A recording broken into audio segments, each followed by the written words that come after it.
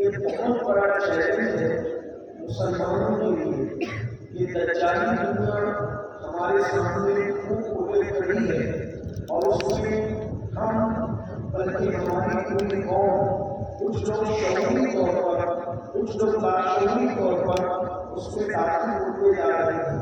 और हर दिन ये ऐसा दलदल है कि जिस दलदल के अंदर हर इंसान शौकीन और लाशौरी तौर पर डूबता जा रहा है। मेरे दादा सल्लल्लाहु अलैहि वसल्लम के कार्य मालूम दज्जाल किसको कहते हैं? दज्जाल शख्सियत का नाम है, लेकिन दज्जाल शख्सियत का नाम होने के साथ साथ जिस तरीके से अल्लाह अकबर बारिश के आने से पहले कुछ ऐसे आसार नजर आते हैं कि महसूस होता है छोटे बड़े कि अलग बारिश होने वाली है। इसी तरीके से मौसम बदलता है तो मौसम के बदलने से पहले कुछ ऐसे आसार नजर आते हैं जिससे हमें एहसास होता है कि अगर मौसम बदलने वाला है। इसी तरीके से आप और अंदाजा कर सकते हैं, इसी तरीके से आप महसूस कर सकते हैं। यानी किसी भी काम से पहले उसके आसार हमें दिखाई देते हैं। बारिश से पहले बारिश के आसार, गर्मी के मौसम से पहले गर्मी के आसार, सर्दी के मौसम से पहले सर्दी के आसार। इसी तरीके से हालात हमारी निगाहों के सामने है। दज्जाल शख्सियत जरूर है, लेकिन दज्जाल के आने से पहले दज्जाल के निजाम के अंदर लोगों को इतना खत्म कर दिया जाएगा, लोग इतने डूब जाएंगे कि अल्लाह दज्जाल को अपने मिशन में कामयाबी हासिल करने के लिए बहुत ज्यादा मेहनत नहीं करनी पड़ेगी। दज्जाल का मतलब क्या होता है? दज अल्लाह को और दज का मतलब क्या होता है? परे होगा, यानी किसी चीज को इस अंदाज में किसी के सामने पेश किया जाए कि जो हकीकत है उस हकीकत को लोगों के सामने न आने दिया जाए। परे के जरिए से, धोखे के जरिए से, दज के जरिए से लोगों को अल्लाह पर बनाने की कोशिश की जाए। अब आप देखिए अल्लाह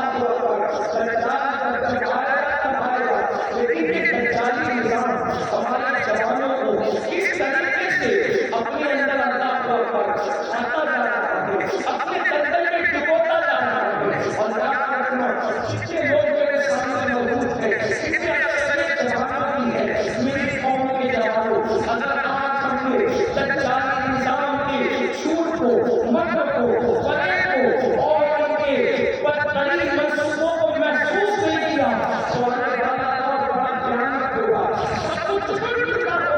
सब कुछ खत्म हो चुका होगा और हमें एहसास भी नहीं होगा। और जिस दिन एहसास होगा उस दिन बहुत देर हो चुकी होगी, सब कुछ गुजर चुका होगा। इसी तरह बात ने कहा है, जब चिड़िया खेत चुप जाती है तो फिर परेशानी से क्या फायदा होता है? अल्लाह को मेरे आका सल्लल्लाहु अलैहि वसल्लम की दीवारों मिसाल के तौर पर आज नई नस्ल जो है इंटरनेट की तरफ बड़ी तेजी के साथ बढ़ रही है। अल्लाह को सोशल मीडिया की तरफ बड़ी तेजी के साथ बढ़ रही है। और अल्लाह को कोई फेसबुक पर मसरूफ है, कोई यूट्यूब पर मसरूफ है, कोई व्हाट्सएप पर मसरूफ है। मीडिया, सोशल मीडिया और इंटरनेट के फवायद जरूर है और बहुत सारी बातें हैं, लेकिन अल्लाह को मेरी कौम के जवानों को दज्जाली निजाम ने ऐसा दज्जाल फरेब दिया है कि हम उससे फायदा उठाने की बजाय उसके नुकसानात से ज्यादा नुकसान हो रहे हैं। यहाँ मैं आपके सामने कुछ मिसालें पेश करता हूँ ताकि मेरी कौम के जवान जो है उसको महसूस कर सके। मेरे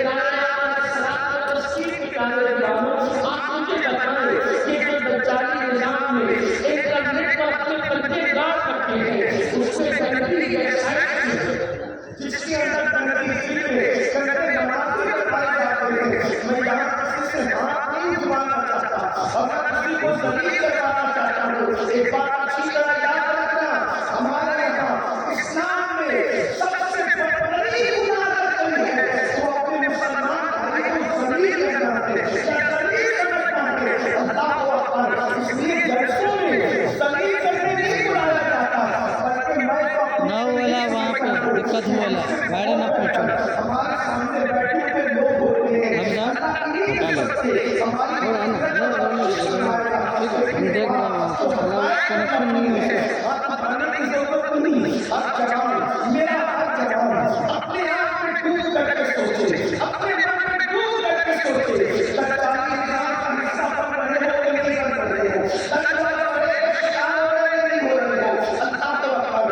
इसके मुताबिक अल्लाह से जायजे किए जा सकते हैं, लेकिन मैं कुछ बातें जितनी बातों में गुंजाइश है मेरे पास एक घंटे का वक्त मुझे दिया गया था, इसमें से तकरीबन 10 से 15 मिनट गुजर चुके। जितना टाइम हो सकता है कुछ बातें मैं करना चाहता हूँ, महसूस करना, मेरी कौम के जवानों के साथ करना और तवज्जो से गुफ्तगू सुनना। मुख्तलिफ वेबसाइट के जरिए से जो गंदी फिल्में, गंदी पिक्चर, गंदी वीडियोस अल्लाह अकबर लगाई जाती है, तकरीबन 90% मुसलमानों का जवान उसके अंदर डूब चुका है, उस गंदगी का शिकार हो चुका है। जो 10% लोग बचे हुए हैं, अल्लाह अकबर, जो बयानात सुनते हैं, जो नाते सुनते हैं, जो मुख्तलिफ इस्लामी प्रोग्रामात सुनते हैं, उन लोगों को भी इतना खतरा है कि अल्लाह अकबर उन तकरीर के दरमियान अगर घंटे बाद की तकरीर है तो 4-5 मरतबा इतनी गंदी तस्वीर आएगी कि अगर अल्लाह बचा ले तो बंदा बच जाए, वरना इंसान तकरीर सुनते सुनते, नात सुनते सुनते, दीन कुरान सुनते सुनते पता नहीं किस जंगल के अंदर खो जाए और तबाही और बर्बादी का शिकार हो जाए। याद रखना मेरी कौम के जवानों, ये तत्कालीन निजाम दुनिया के किन जवानों को बिगाड़ रहा है, उससे हमें क्या मतलब, लेकिन मेरी कौम का वो जवान जिसको इकबाल ने औकात से कश्ती की है, डॉक्टर इकबाल ने मोहम्मद रसूलुल्लाह की उम्मत के जवान को औकात से कश्ती की है और कहा था नहीं तेरा नशेमन कसम सुल्तानी के गुण पर, नहीं तेरा नशेमन कसम सुल्तानी के गुण पर, तू शादी है कसम कर भाई के काम में और आती हूँ जब बयान होती है जवानों में नजर आती है उनको अपनी मंजिल आसान में। अल्लाह अकबर, जवानों की कमजोरी होती है कि जवान अच्छाई या बुराई उसको जल्दी से कबूल कर लेते हैं। असल में जवानी के अंदर एक कमजोरी होती है, वो अच्छाई भी जल्दी कबूल करते हैं, वो बुराई भी जल्दी कबूल करते हैं। इसीलिए आप देखें पूरे लोग जल्दी तकलीफों का अमल पैदा नहीं हो पाते, जवान जल्दी से आमादा होते हैं, तकलीफों के लोग भी देते हैं, आंसू भी बहाते हैं, नाच सुनकर नाचने में जाते हैं, जज्बात भी आते हैं। जवानी के अंदर इंसान जल्दी से मुतासिर होता है। इसीलिए याद रखें अल्लाह अकबर, ताइफ के पुट्ठों ने रसूलुल्लाह की दावत को रद्द किया, इसी तरह से मक्के के पुट्ठों ने रसूलुल्लाह की दावत को रद्द किया, लेकिन जितने जवान थे उन्होंने रसूलुल्लाह की दावत को कबूल फरमाया।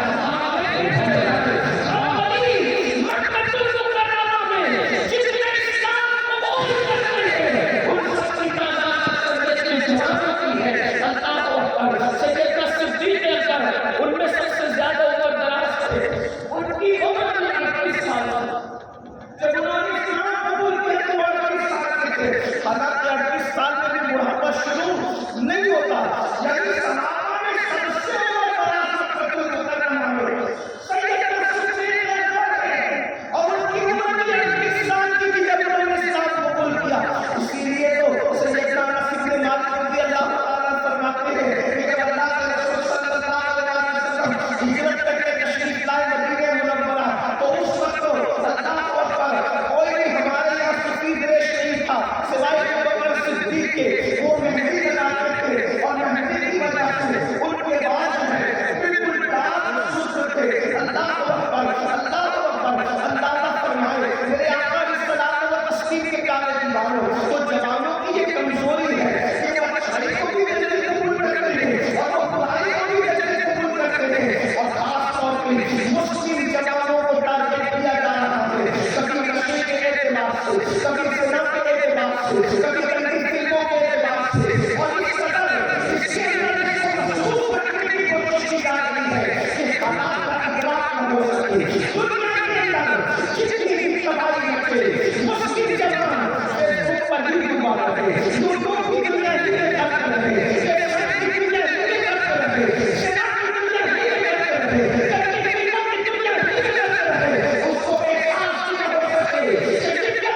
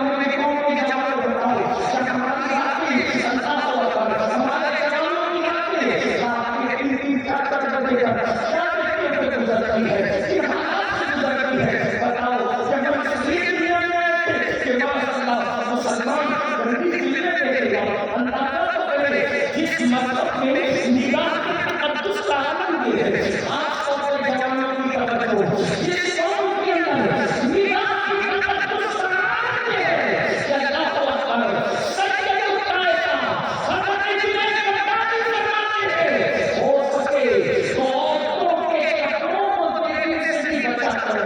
यानी जो कपड़े औरतें पहनती हैं और अभी उन्होंने पहना भी है, समझाने के लिए कोई मुश्किल का सहारा ले लेता हूँ। यानी किसी दीवार पर किसी औरत के कपड़े सूख रहे हो, किसी रस्सी पर किसी औरत के कपड़े पहने हुए हो, यानी आप समझ सकते हैं औरत ने भी कपड़े पहने लिए, उसके पहनने के कपड़े कई रंगों में हो। सैयदुल कायसा फरमाते हैं औरतों के कपड़े देखने से भी परहेज किया करो, क्योंकि उससे भी दिल में गुनाह का जज्बा पैदा होता है। जो औरतों के सूखे हुए कपड़ों को देखने से भी बतौर तकवा परहेज की तालीम देता है। आज उस कौम के जवान औरतों को नंगी और मर्दों को नंगा ज़िना करते हुए देख रहे हैं, तो इस कौम को तबाही से कौन बचा सकता है? इस कौम को बर्बादी से कौन बचा सकता है? और याद रखना, जिस दज्जाली निज़ाम का हम हिस्सा बन रहे हैं, उसमें तालीम की तरफ तवज्जो नहीं, उसमें कौम की तरक्की की तरफ तवज्जो नहीं, उसमें कौम की बेटियों की इज्जत और इस्मत को जो लुटाया जा रहा है उसकी तरफ तवज्जो नहीं। मेरे प्यारे आका सल्लल्लाहु अलैहि वसल्लम के प्यारे दीवानों, एक नशा है, नशा सिर्फ शराब का नहीं है, बल्कि शराब के नशे से ज्यादा मेरी कौम को इस वक्त इंटरनेट का नशा है। शराब के नशे में तो शराबी मुलव्विस है, मगर इंटरनेट के नशे में तो दीनदार कहलाने वाला तबका भी मुलव्विस होता है। अंदाजा फरमाएं, शराब का नशा करने वाला दिखता है, जलील हो सकता है, पकड़ा जा सकता है, उस पर कार्रवाई हो सकती है, मगर जो लोग इंटरनेट के नशे के अंदर मुलव्विस है, वो तो नरम नरम घटकों पर बहुत खामोशी के साथ अपनी दर्शाने को तस्वीर फराहम कर रहे हैं। जिस वक्त अपने लड़के हैं, सैयदुल कायसा जुनैद बगदादी इरशाद फरमाते हैं, हो सके अगर बकरी का दूध दोने की तुम्हें मसरूफियत नहीं है, तो तुम बकरी के थनों को देखने से भी परहेज किया करो, ये तकवे से ज्यादा कमी है। ये सूफियत की तालीम है, ये अल्लाह वालों की तालीम है। कहाँ बकरी के थनों को देखने से बचना तकवे से ज्यादा कमी की तालीम, और कहाँ आज का नौजवान ज़िना की फिल्में मोबाइल के अंदर भर कर रखा है। आप मुझे बताएं, हमें भी तबाही से कैसे बचाया कोई? अल्लाह अकबर, हज़रत सैयदना ईसा अलैहिस्सलाम का कौल है, ईसा अलैहिस्सलाम इरशाद फरमाते हैं, अगर किसी जगह पर औरत बैठ जाए और बैठने के बाद वहां से उठकर चली जाए और वो जगह औरत के बैठने से गर्म हो जाए, तो नौजवानों को चाहिए कि औरत की बैठने से जो जगह गर्म होती है उस जगह पर बैठने से भी परहेज करें, क्योंकि वहां बैठने की वजह से भी उसके दिल में ज़िना का ख्याल जन्म ले सकता है, उसके दिल में गुनाह का ख्याल जन्म ले सकता है। आप सोचेंगे कितनी बारीकियां हैं, अल्लाह अकबर, लेकिन आज इन सारी चीजों से तो नजरअंदाज करके जो होगा आप इंसान अपनी नफ्सानियत में, अपने जिस्म की तस्कीर के लिए, अपने दिल की ख्वाहिशात की तस्कीर के लिए, अल्लाह अकबर, अपने नफ्स की ख्वाहिश को पूरा करने के लिए सब कुछ कर गुजरना चाहता है। मेरी कौम के जवानों को याद रखना, दुनिया की सब कुछ नहीं है, नफ्सानी ख्वाहिशात की सब कुछ नहीं है। और मेरी बात सूफिया फरमाते हैं, जो शादी से पहले और शादी के बाद ज़िना करते हैं, अल्लाह उनके घर में ऐसी लकड़ी बूढ़ी और लंबी औलाद को पैदा करता है। अल्लाह रब्बुल इज्जत बहुत सजा देता है। और याद रखना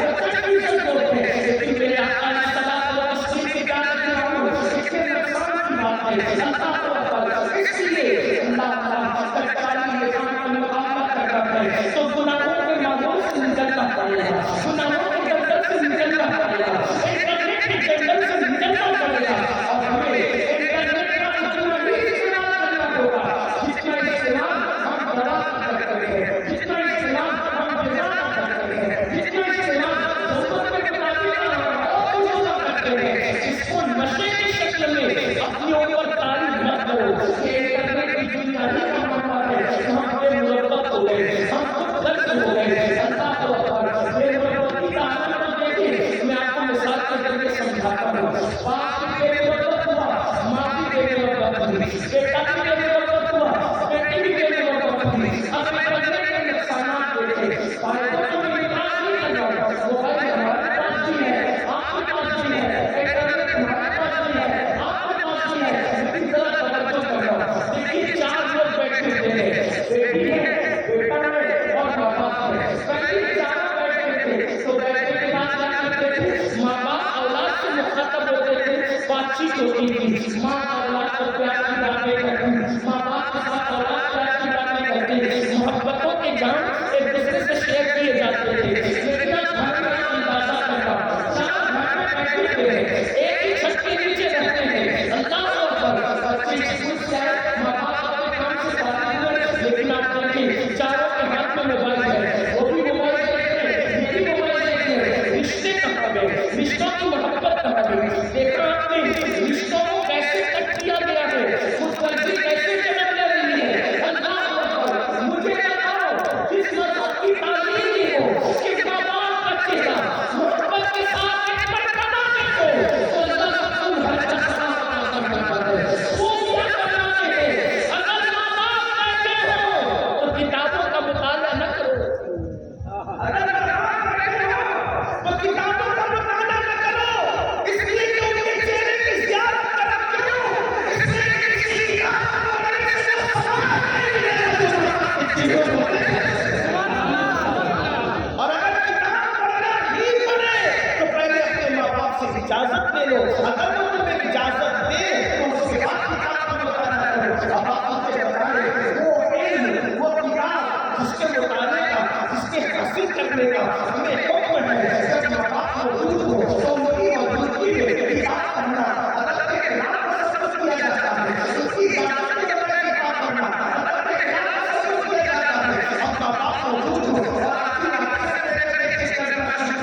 यूट्यूब में बैठना शुरू कर दे तो बताओ मुसलमानों, ये क्या था, ये क्या हालात है? इसका मतलब लाशौरी तौर पर आपके चेहरे पे दागी हो गए, आपके सर पे टोपी भी है, आप शक्ल की नमाज़ी भी है, आप कुरान की तिलावत भी करते हैं, आप अल्लाह की सोहबत में भी करते हैं।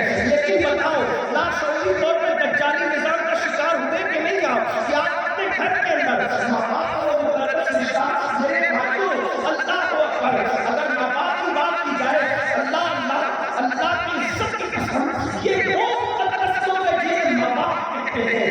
अल्लाह को अकबर, जिनको याद कर मुस्तफा जाने रहमत होते हैं।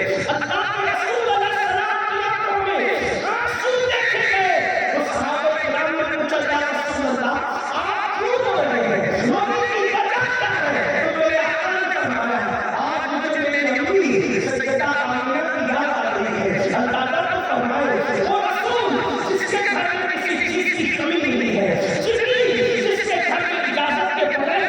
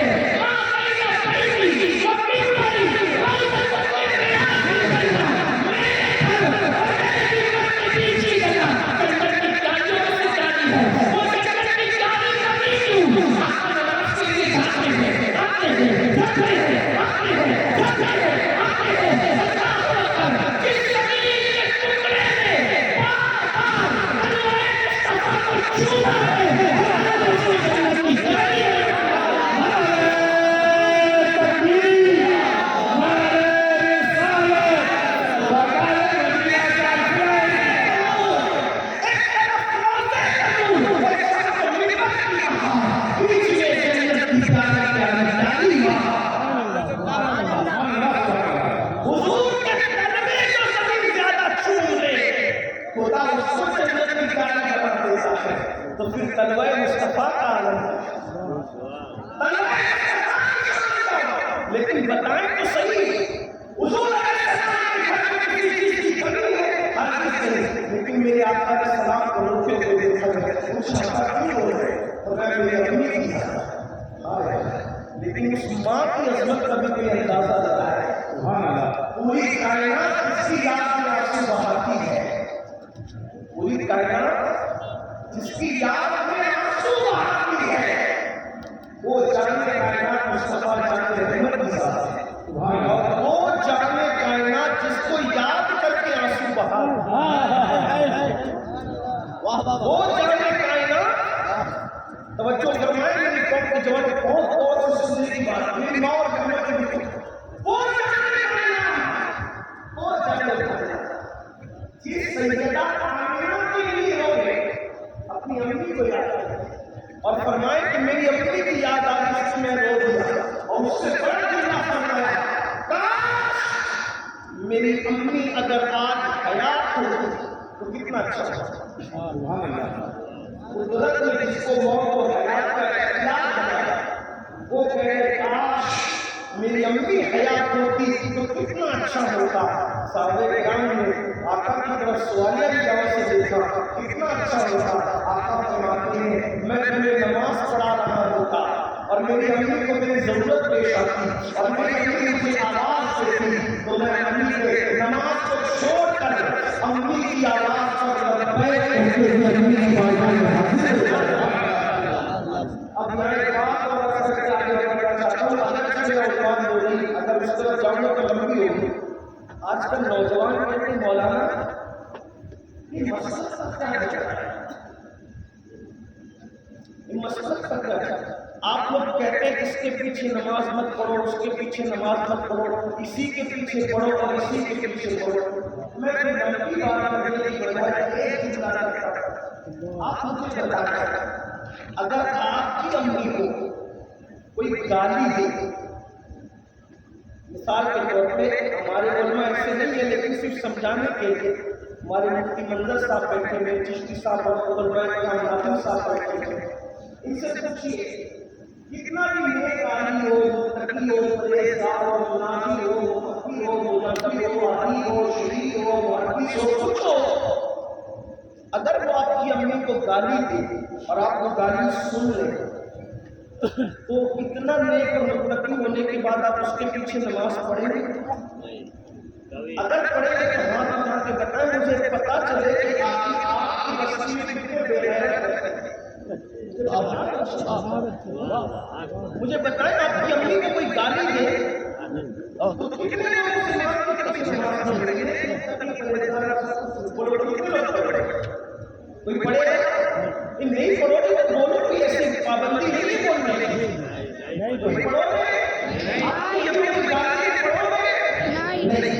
इन उलमा से पूछिए, मुफ्तियान किराम से, मैं मुफ्ती तो नहीं लेकिन मुफ्तियान किराम से पूछिए कि दुनिया की सबसे बदतरीन गाली कौन सी, सबसे बुरी गाली कौन सी, सबसे बुरी गाली। ये तो वहां गए देखते हैं तो बड़ी बुरी है, सिर्फ बुरी गाली, सबसे बुरी गाली, सबसे बुरी गाली है काफिर। किसी मुसलमान को अगर आप कहें काफिर, ये सबसे बुरी गाली है। बात समझ आती? ये माँ बहन की ऐसी तैसी वैसी जो करती है बहुत गंदी है, लेकिन इन गंदी में सबसे गंदी गाली कौन सी है? वो काफिर। इसलिए जिसको काफिर कहा उसके बारे में आपने ये ऐलान कर दिया कि ये कभी जन्नत में नहीं जाएगा। सही है? बात समझ आती? इससे बुरी गाली शरीफों की कायनात में कोई हो ही नहीं सकता। ये कायनात में शराफत की बदतरीन गाली है। अब आप मुझे बताएं, कोई आपकी अम्मी को और अल्लाह न करे मेरी अम्मी को कोई गाली दी तो हम उसको माफ नहीं करते, उसके पीछे नमाज नहीं करते, उसके हाथ नहीं छूते, उससे मुरीद नहीं होते, उससे दोस्ती तोड़ देते हैं। अब आपका क्या ख्याल है? आप कहते हैं ये मौलवी लोगों का झगड़ा क्या है? मौलवी लोगों का झगड़ा ये है कि जिन लोगों ने रसूलुल्लाह की अम्मी को और अब्बा को गाली दी सी गाली उन लोगों ने कहा कि रसूलुल्लाह की माँ और जिन किताबों में वो किताबें हमारे पास मौजूद है, हमारे मदरसों में रखी हुई, आप मुझे बताएं अभी आपकी छोड़ जिसका कलमा पढ़ते हो उसकी अम्मी जान को जिन लोगों ने काफिर की गाली दी, अगर उसके पीछे नमाज पढ़ते हो तो आप जाने और आपकी नमाजें जाने। हम लोग तो अपनी जिम्मेदारी नहीं, कोई फिरकावारियत की बात नहीं, कोई फिरकावारियत की बात नहीं, इस्लाम फिरकावारियत की बात नहीं करता।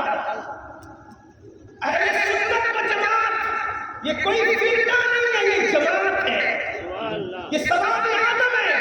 इससे कटने वाले फिरके बने हैं, इससे कटने वाले फिरकों में तब्दील हुए हैं। इसको ये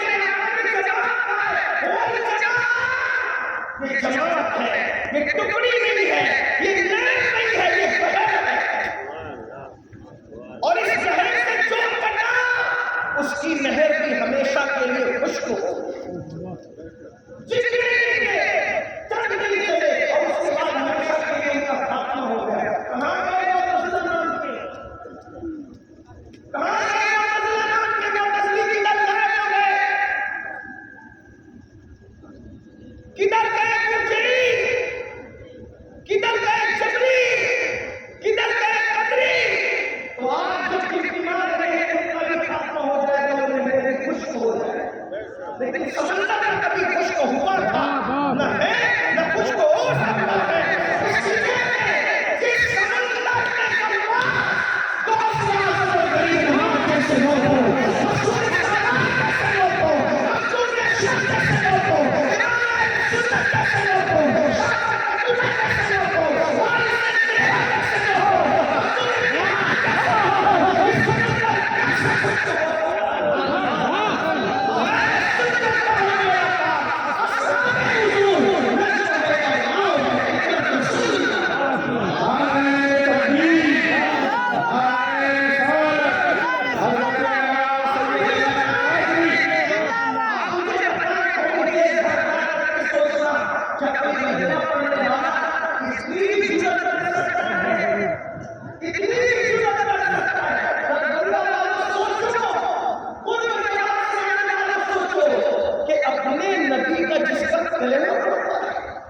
उनकी अम्मी को भी इतनी गंदी गाली दी जा सकती है कि वो माज़अल्लाह काफिर थी।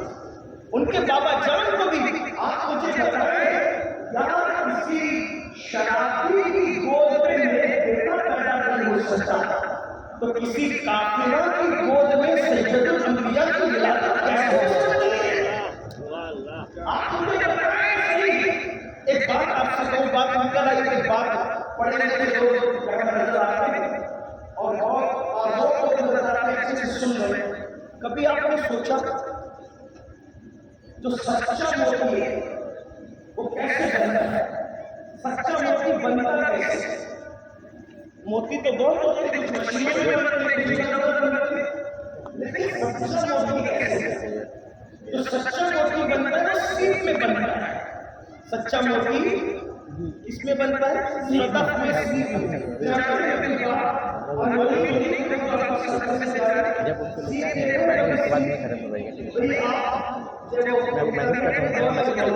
अगर आप सर्च करें तो आप अभी इसको देख सकते हैं। तो कटोरियां होती है और उसका मुंह बंद है, ठीक है। अब ये मोती बनता कैसे? मोती बनने का जो तरीका बताया मुझे तो नहीं पता, लेकिन जो साइंसदानों ने बताया मोती इस तरह बनता है कि वो सीप अपना मुंह बंद करके, सीप अपना मुंह बंद करके समंदर की तरफ रहते हैं। समंदर का खारा पानी उसका मुंह इतना पेट बंद होता है मजबूत, ये समंदर का खारा पानी उसके अंदर जा नहीं सकता। फिर कुदरत जब चाहती है तो उस सीप को हुक्म होता है कि वो समंदर के ऊपर आता है और वो समंदर की तह के ऊपर आती है और अपना मुंह खोल देती है। और अपना मुंह खोल देती है तो कुदरत बारिश बरसाती है और बारिश का एक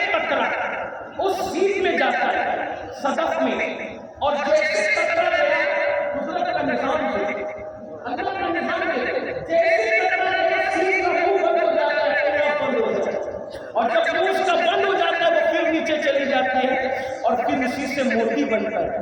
आप मुझे बताएं, एक सच्चा मोती जिस सीप की गोद में बनता है, इतने बड़े समुद्र के खारे पानी से कुदरत उसकी कितनी हिफाजत करती है। जिसके पेट में मोती रखना हो, करोड़ों टन पानी वाला समंदर का पानी उस सीप के अंदर नहीं आ सकता, इसकी हिफाजत की जाती है, क्योंकि उसका सच्चा मोती बना है। अगर खारा पानी उसमें चला गया तो फिर सच्चा मोती उसमें बन नहीं सकेगा, वो सीप खराब हो जाएगी। अल्लाह अकबर! अंदाजा करें, जब सच्चा मोती बनाने के लिए कुदरत एक सीप की इतनी हिफाजत करती है, तो जिसकी गोद में, जिसके पेट में, जिसके सतह के अंदर अपने महबूब का नूर रखना होगा, कुदरत ने उसकी कितनी हिफाजत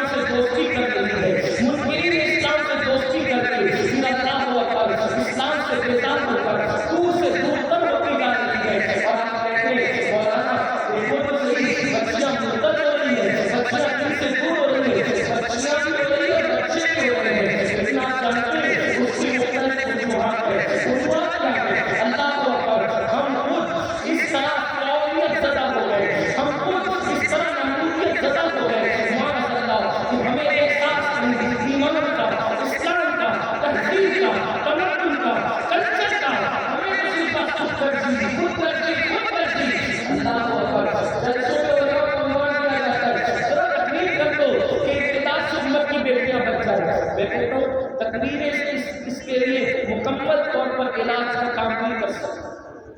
हमारी बच्ची को मैदान में लगा बच्चे जो बच्चे गई, जब उनके इंटरव्यू सामने आए तो उन्होंने कहा हम तो 35 साल की हो गई थी, कोई मुसलमान हमें अपनाने के लिए तैयार नहीं, कोई मुसलमान करने के लिए, इसलिए कि जो बिल्कुल काला बना है उसको ही बहुत खूबसूरत चाहिए। आप मुझे बताइए, अपनी सूरत नहीं देखते, दूसरों की सूरत, उसकी वजह नहीं है, उसकी वजह नहीं करने की अवसर है। मेरे ये बताओ कि लाखों रुपए का मेकअप करके आने वाली लड़की को, जिसे आप फिल्मी अदाकारा करते हैं, उसको देखोगे और वो लड़की को देखोगे जो घर में चूल्हा फूंक करके रोटी बनाती है, तो उसके मुकाबले में आपको ये कब खूबसूरत नजर आ रहा है। लेकिन हकीकत ये है, जिन अदाकाराओं को तुम खूबसूरत समझते हो लाखों रुपए के मेकअप की उपज है, अगर उसका मेकअप धुल जाए और आपकी बीवी सिर्फ वुजू करके सामने खड़ी हो जाए तो इंशाअल्लाह ये बात करीब से ज्यादा खूबसूरत होगी। उन लड़कियों ने कहा हम खूबसूरत होने के बावजूद भी कम खूबसूरती में लोग कबूल नहीं करते। मैं आपसे गुजारिश करता हूँ, अगर आप मेरी कौम के चंद नौजवान की सोच लें, उस समय को बढ़ना नहीं, मौसम को बदलते वक्त नहीं लगता, उसको बदलते हुए मौसम को बदलते हुए वक्त लगता है, उसको बदलते हुए वक्त नहीं लगता। उसमें इतनी जल्दी चेंज होता है, मौसम बदलने में 4 महीने का टाइम जाता है, तब एक मौसम से दूसरा मौसम आता है, लेकिन उसको इतनी जल्दी बदलता है। एक खूबसूरत सा इंसान है, रात को सोया पेशानी पर खुशी निकला, गालों पर खुशी निकला, जब एक रात में चेहरा बदला नहीं बदला, सिर्फ चमड़ी और चेहरे पर रिश्तों की बुनियाद रखने वालों, शराब की कोई चीज है, ईमान की कोई चीज है, अकीदा कोई चीज है, तहजीब कोई चीज है, तमद्दुन कोई चीज है, कल्चर कोई चीज है। हमने बार-बार लोगों से कहा कि खूबसूरत माँ, खूबसूरत औलाद पैदा करे, जरूरी नहीं है हर खूबसूरत माँ की गोद में खूबसूरत औलाद आए, ये जरूरी नहीं है, लेकिन माँ जब नेक होती है तो अल्लाह उससे नेक भी औलाद आता है। माँ के किताब का औलाद को जरूर पड़ता है। इसलिए मैं अपने जवानों से कहता हूँ, इस सोच के साथ कि चले कुछ लड़कियों को ऐसे कबूल कर दे जो माँ कबूल सूरत नहीं है, उनको उनका दीन बचाने के लिए, उनका ईमान बचाने के लिए, उनका मजहब बचाने के लिए हम उनको कबूल करते हैं। इंशाअल्लाह उसकी बरकतें क़यामत तक आपकी नस्लों में बाकी रहेंगी। इसलिए ये बात की बड़ी है, आप जानते हैं कि इस मामले में उलमा का काम नहीं कर सकते, आप क्या कर सकते हैं। इसलिए कि ऐसी कबूल सूरत लड़कियों को आपने कबूल कर लिया, इसलिए कि मैं अपना ईमान अपनी कौम में किसी बेटी का ईमान बचा, किसी लड़की का ईमान बचा, उसकी बरकतें आपको नसीब होगी। पहली चीज ये है। दूसरी चीज, जो लड़कियां कबूल सूरत है, हमने शादियों का निजाम इतना महंगा कर दिया, 2 लाख ले रहे, 3 लाख ले रहे, जहेज मांग रहे। आप मुझे बताएं, इस पर उलमा की कोई तकलीफ करते हैं, यहाँ मिला, लेकिन निजाम नहीं बदला। इसलिए हम सुनने के लिए बात करें, अपने आप को बदलने के लिए हम सुन रहे हैं। और मैं तो ये भी कहता हूँ बड़ी माजरत के साथ, इस के मामले में जो लोग जलसा कराने वाले, मान देने वाले, जब इसी बेटा बेटी का मामला आता है, वो भी कहते हैं हजरत मैं तो जेब करना चाहता हूँ, लेकिन मेरी बीवी मेरी अम्मी नहीं मानती, मेरी भाभी नहीं मानती, मेरी बहन नहीं मानती, नहीं वो कहते हैं कि मानना पड़ेगा, वरना लोग कहते हैं ये दज्जाली निजाम का एक हिस्सा है। हमारे मजहब के अंदर कहा है, हमारे मजहब में तो तवज्जो फरमाए, पाक के कफन के लिए भी भीख मांगने की इजाजत कंडीशन रखी है। समझ आपकी जिस खूबसूरत मजहब के मानने वाले को मुझे बताओ, उलमा फरमाते हैं अगर तुम्हारे घर में एक चादर रखी हुई है और तुम्हारा बाप मर गया और कफन देने के लिए पैसे नहीं है, तो उसी एक पुरानी चादर में अपने बाप को कफना कर कब्र में दफन कर दो। कफन के नाम पर तुमको इस वक्त भीख मांगने की इजाजत नहीं है, क्योंकि तुम्हारे घर में कफन देने के लिए भीख मांगने की इजाजत मस्जिद के मौके पर न हो। बाप को कफन देने के लिए मसरूफ कफन नहीं और एक चादर है, तो उस मौके पर भी अल्लाह भीख मांगने की इजाजत नहीं देते। तो शादी के मौके पे 2 लाख रुपए की जो भीख मांग रहे हो, इस्लाम इसकी इजाजत कैसे दे सकता है? 4 लाख रुपए की भीख मांगते हो, इस्लाम इसकी इजाजत कैसे दे सकता है? अल्लाह अपने बच्चों को बेचने के लिए कहते हो, इस्लाम इसकी इजाजत कैसे दे सकता है?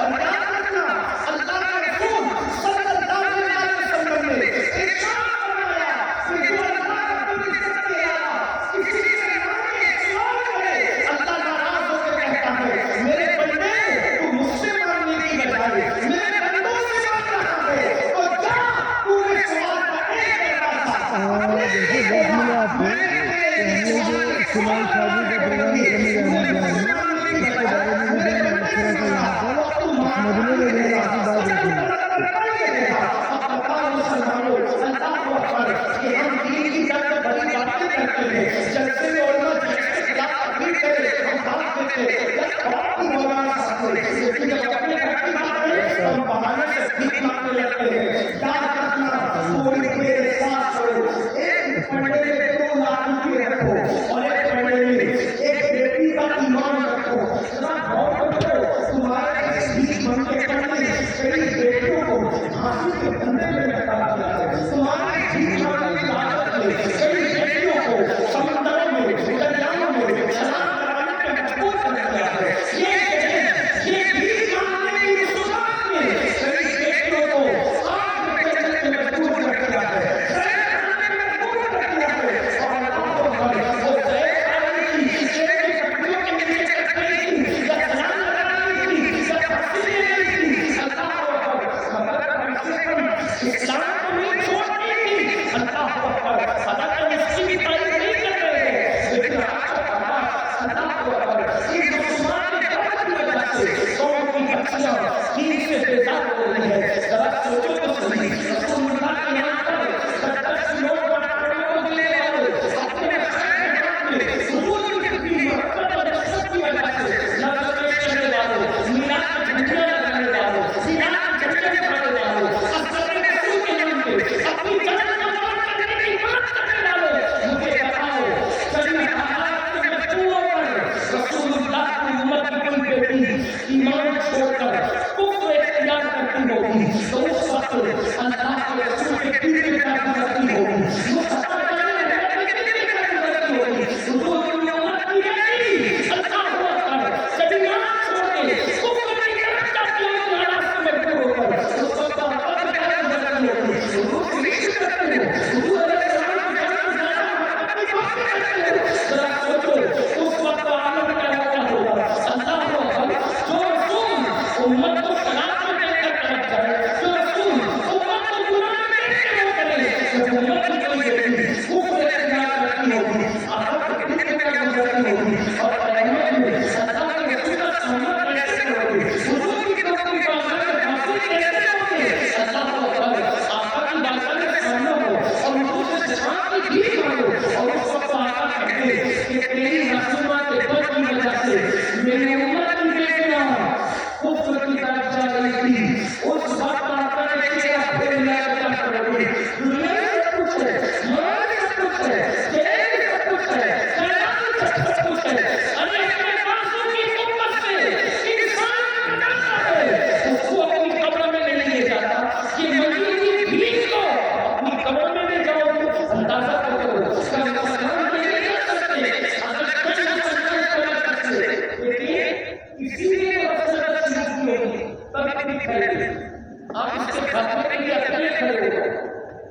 कोई ना कोई आपका साथी जरूर है, कुछ ना कुछ आपके साथ जरूर होगा।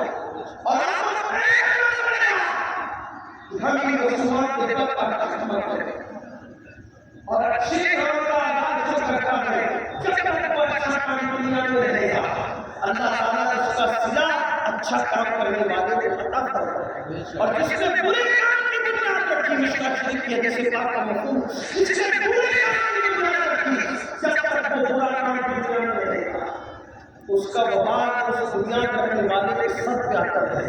तो दुनिया में आकर कुछ अच्छे काम की बुनियाद रख अगर कोई नहीं हो वापस हो दुनिया में अल्लाह ने आपको इज्जत दी है तो फिर कुछ रसूमात के वक्त का खात्मा करने के लिए खड़े हो हुसैनियत सिर्फ शरबत और खिचड़ी का नाम नहीं है हुसैनियत बाकी के खिलाफ हक की आवाज को बुलंद करने का नाम है।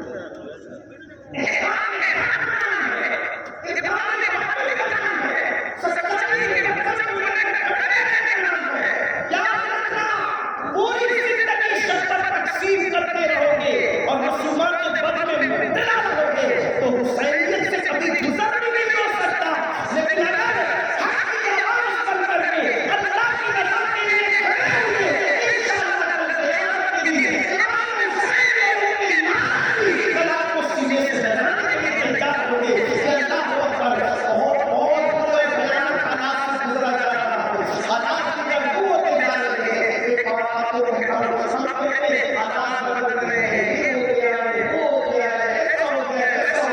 सामने किसी को शौक नहीं है मजहब बदलने का। वो चंद लोग हैं जिनका मजहब से कोई ताल्लुक ही नहीं था उन्होंने बदल दिया जिनका ताल्लुक ही नहीं था। लेकिन जिनका मजहब से ताल्लुक हो वो मजहब बदलने के शौकीन नहीं होते। हम हालात ऐसा पैदा करते हैं इंसान मजबूर होता है। एक रिवायत में किस तरह इंसान मजबूर होता है कैसे मजबूर होता है एक रिवायत में उसके बाद बात हुई नहीं जाती। बनी इस्राईल एक शख्स था उसका नाम किस्म बताया है। किस्म का नाम बड़ा पापी मुजरिम अगर देखें उसकी आदत थी कि हर रात उसके बिस्तर पर कोई मेरा मुश्किल चाहिए वो अपने जिस्म की नफ्स की तस्कीर के लिए किसी न किसी लड़के को तलाश की।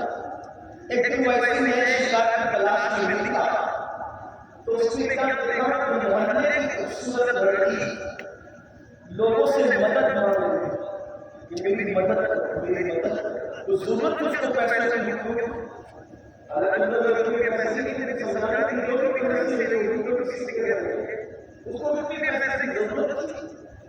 वो लोगों से मदद करने में किसी ने उसकी मदद नहीं किस मैंने देखा समझ गया ये लड़की मजबूर है और इसी मजबूरी से मोहम्मद पैदा हुआ। तो जैसी लड़की किसी के करीब आई जितनी जरूरत थी उससे बहुत ज्यादा इस लोग उसकी जोड़ी में बैठा उसकी जोड़ी बनी सिक्कों से उसकी जोड़ी बनी मौला फरमाते इंसान एहसान का बंदा हो जो उस पे एहसान करे जो उस पे एहसान करे उसको एहसान करेगा। आज हमारे जलसों के नाम पर उर्स के नाम पर शादियों और खर्ची के नाम पर लाखों रुपए को खर्च हो गए। लेकिन ये किसी की मदद की बात आती है तो बहुत छोटा लगता है और ये किसी की मदद न करना लाशोरी और गोया को उधर अकेले नहीं करा और बाज़ाब्ता तौर पर उनके लिए इस्लामी प्लान करते हैं कि मजबूर लोगों को सहारा दो और उसको अपने दिलों में शामिल करो। अल्लाह के बंदों एहसास करो अल्लाह के बंदों महसूस करो अगर पड़ोसी का घर जल रहा है आग उसको नहीं बुझाओगे तो तुम्हारे घर में भी आग लगेगी और तुम्हारे दुश्मन को जला कर ये जो आग लगी है ये सबके दिलों को जला सकती है अगर इसको न बुझाया तो। आज किसी की बेटी इनकार की तरफ गई इस्लाम के हवाले से अल्लाह न करे अगर आपकी बेटी भी जा सकती। हालात सबके यकसा नहीं रहते। हुजूर मोहम्मद सिराजों के चौकी रहमतुल्लाह अलैह लोग इससे कहते हर तरह के हर रोज को जवाब है और हर सवाल को रोज इसलिए हालात सबके झोली में कहीं सिक्के डाल दिए, उसने झोली भर ली और तशक्कुर की निगाह से उस लड़के की तरफ देखा। कभी किसी ने कहा ये कर्जा नहीं है, ये मेरे लिए दे दे, इसका बदला कुछ नहीं चाहता, सिर्फ एक आगे मुझसे थोड़ी देर मेरे घर चलो और घर चल के थोड़ी देर बैठे। अब वो लड़की आना देखो किस तरीके से खत्म है। वो शरीफ की लड़की थी, उसको ना नहीं कह सकती, उसके घर की फिल्म ने सारे खिड़की दरवाजे बंद कर दी और घर में उस लड़की को अकेले लेकर उसकी तरफ बढ़ने लगा तो लड़की कांप गई। शरीफ थी ना, दीनदार थी, कांप गई, लेकिन चूंकि मजबूर थी, किसी ने हाथ लेकर जाना पड़ा उसके साथ। अब पता चला लड़कियां किसी के साथ क्यों जाती, ये जालिम माशरा जो मदद करने के मूड में नहीं है, ये माशरा बरकत के लिए है। ये फिल्म के साथ तो लड़की गई और ये बात अल्लाह के रसूल ने बयान फरमाई, मजबूरी किसको ले जाती है, शराब पर डालने में ऐसे ना है। वो लड़की गई तो कमरे में बैठी तो जब किसी ने बदनीयती के साथ उसकी तरफ बढ़ना चाहा, वो कांप गई तो किसी ने उसको खाना देते हुए कहा लड़की, किसी मोहल्ले के इंसान के साथ तो नहीं है, किस मोहल्ले वाले से डर रही है। अब मोहल्ले वाले से डरने की बात तो उस वक्त थी जब कुछ खुला होता, सारा खिड़की दरवाजे बंद है, लड़की के जवाब में मोहल्ले वालों से नहीं डर रही, अल्लाह से डर रहा है। जो काम तू करने जा रहा है वो तुम्हें काम नहीं कर रहा है, जिस जिना की तरफ तुम मुझे ले जा रहा है वो कई बार पता चल चुका है, लेकिन मैंने कभी जिना नहीं किया है। मुझे डर लग रहा है कि अल्लाह देख रहा है, अल्लाह देख रहा है। क़यामत के दिन जब अल्लाह मुझसे पूछेगा तूने किस बदकार के साथ बदी क्यों की, तो मैं अल्लाह को क्या जवाब दूंगी। मेरी ज़बान में बात कहाँ से आई कि मैं अपने अल्लाह को जवाब दे सकूं। उस वक्त दिल से जो बात निकलती है, दिल में उतरती है, एक मैंने सुना कि मैं अल्लाह को क्या जवाब दूंगी। उसने सोचा गरीब मुफ्लिस मजबूर लड़की अल्लाह से कितना डरती है, माँ-बाप को मुझे कितना डरना चाहिए। उसने फौरन दरवाजा खोला और कहा ऐ लड़की जो मैंने तुझे रकम दी थी वो ले जल्दी से निकल जा, अब मैं तेरे साथ कोई बदी का इरादा नहीं रखता, मैं कोई गद्दारी नहीं करता। वो लड़की गई और जाने के बाद खुदा की शान इधर तो लड़की घर से बाहर निकली, उधर किस्मत घर में मौत का फरिश्ता दाखिल हुआ। अल्लाह को अकबर। ये भी याद रखना, गुनाह करने वालों, जुर्म करने वालों, रात की तारीकी में नरम नरम गद्दों पे ज़रा तकलीफ देने वालों, मौत की हौसला नहीं, जब भी गुनाह करने लगता है तो ये सोच लेना मैं गुनाह कर रहा हूँगा, उसी वक्त मौत का फरिश्ता दूर निकालेगा तो मैं अल्लाह को क्या जवाब दूंगा, रब्बी बात में कैसे हासिल होगा। तो ये सोच लेना इतनी देर ये लड़की बाहर निकली, मौत का फरिश्ता घर में आया और किसी ने यूं निकाल लिया। जब किसी मर गया तो जंगल की आग की तरह हवा फैल गई, खत्म फैल गई, किसी मर गया मर गया मर गया मर गया। कुछ लोगों ने कहा, साहिदान ने कुछ को ले कहा कि किसी तो बहुत पापी था, बड़ा मुजरिम था, बड़ा जानी था, पता नहीं मरने के बाद उसका क्या होगा। लेकिन कुछ लोगों ने ये भी कहा है मुसलमान तो जनाजे में तो जाना पड़ेगा। जब लड़की के घर पे आए तो क्या देखा, उसके दरवाजे पर नूर के कलम से लिखा था, नूर के कलम से लिखा था इन्नल्लाह ताला कि अल्लाह ने किसी की मग़फ़िरत करके उसको बख्श दिया। अल्लाह ने इसका सबूत है उसने गुनाह छोड़ दिया, उसने गुनाह छोड़ने की वजह से अल्लाह ने जिंदगी के सारे गुनाहों की मग़फ़िरत करवा दी, उसको बख्श दिया। अल्लाह को अकबर। ये बात जहाँ सामने आती है कि मजबूरियाँ कहाँ तक ले जाती है, उन्हीं पर ये बात सामने आती है अगर अल्लाह से डरकर एक गुनाह छोड़ दो तो अल्लाह जिंदगी के सारे गुनाह माफ़ कर देता है। जिंदगी में कभी ऐसा मत कीजिएगा जब गुनाह करने के लिए चाहे उससे कुछ ज्यादा हो गया, उसके लिए मदद चाहता हूँ। अल्लाह ताला हमें गलत तौफीक दे, गुफ्तगू के दरमियान कोई गलती अल्लाह ताला माफ करे। अस्तगफिरुल्लाह इन्नका अंतल गफूरुर रहीम व आमीन इल्लल्लाह। अस्सलामु अलैकुम।